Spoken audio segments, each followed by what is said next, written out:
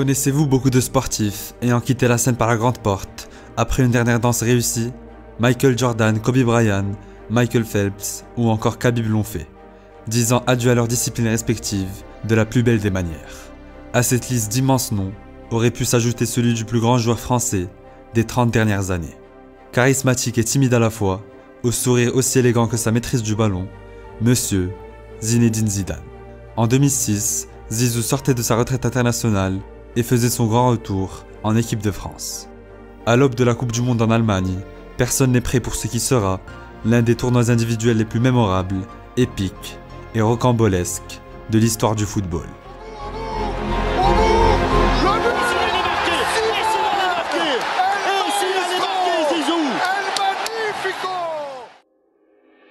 Il y a faute sur Materazzi, il y a quelque chose aussi. 9 juillet 2006, France-Italie, 109e minute de jeu.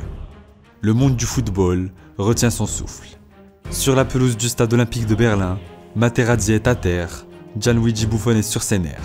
Zidane, quant à lui, reste immobile, regard perçant, sans émotion. La raison de cette scène que près d'1 milliard de téléspectateurs ont du mal à cerner, vous la connaissez tous. Oh non, pas ça! Pas aujourd'hui, pas maintenant, pas après tout ce que tu as fait!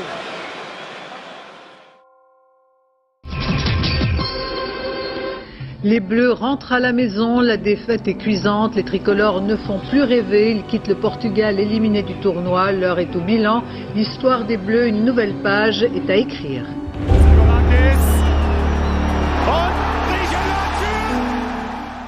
Juin 2004.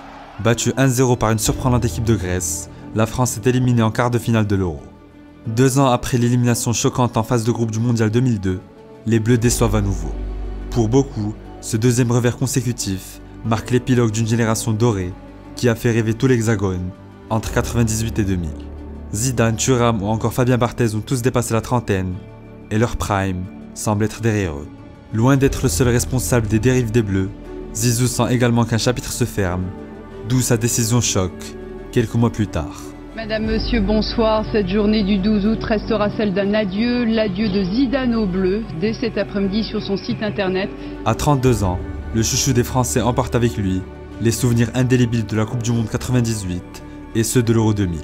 2 compétitions qu'il a marquées de son empreinte, et ce malgré quelques coups de sang qui lui collaient déjà à la peau.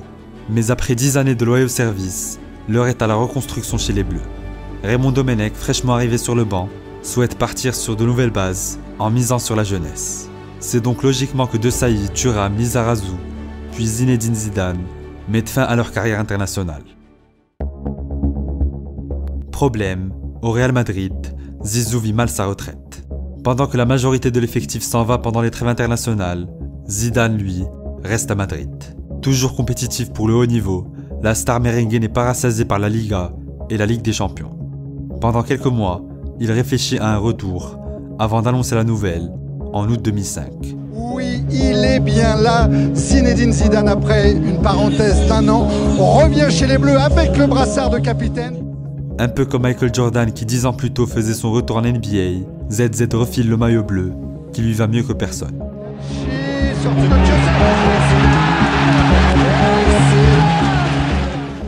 Pour son match de comeback, le chouchou de Gilardi marque un but face à la Côte d'Ivoire.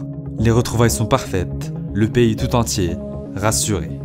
À l'aube de la Coupe du Monde 2006, Thuram et Makelele sortent également de leur retraite. Fabien Barthez, malgré ses 35 ans, repasse devant Grégory Coupé dans la hiérarchie des gardiens. C'est donc une équipe de France vieillissante mais très expérimentée qui s'envole en Allemagne pour disputer le mondial.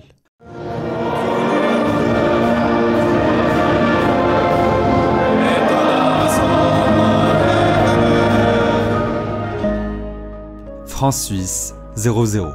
France-Corée du Sud, 1 partout. Les débuts des Bleus sont laborieux, avec une créativité offensive et un style de jeu inquiétant. Et comme si ce n'était pas assez, Zidane écope de 2 jaunes lors des 2 premiers matchs et se voit suspendu pour la 3e rencontre décisive face au Togo. Justement, il n'y aura pas Zizou, il va falloir faire un truc, il va falloir faire d'autres choses, il va falloir créer quelque chose d'autre. Je pense qu'il sentait que c'était pas possible que ça se finisse là. Zizou parlait que de ça, il disait non, c'est pas possible, on va pas se faire exploser par le Togo. Ce jour-là, Zizou n'est certes pas sur le terrain, mais ses mots d'avant-match sont dans toutes les têtes. Une facette de leader encore assez méconnue chez le Français, jusqu'à cet ultime mois de compétition. Une compétition qui, pour lui, ne faisait que commencer.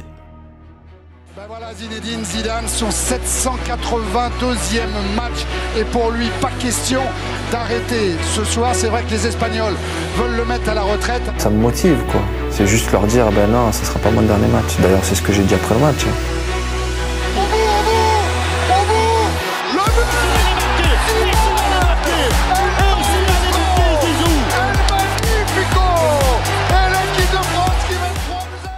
Ce soir-là à Hanovre, Zidane montre à la planète foot qu'il n'est pas encore cramé.